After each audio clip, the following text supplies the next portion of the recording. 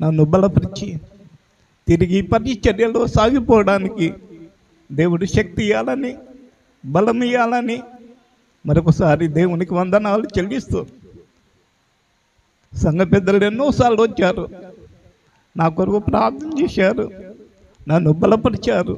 అందుని బట్టి సంఘ పెద్దలకు కూడా హృదయపూర్వక వందనాలు.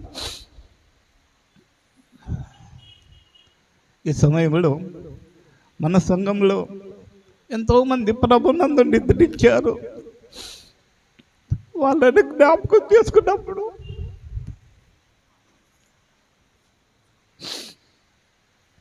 నన్నెందుకు బ్రతికించావు?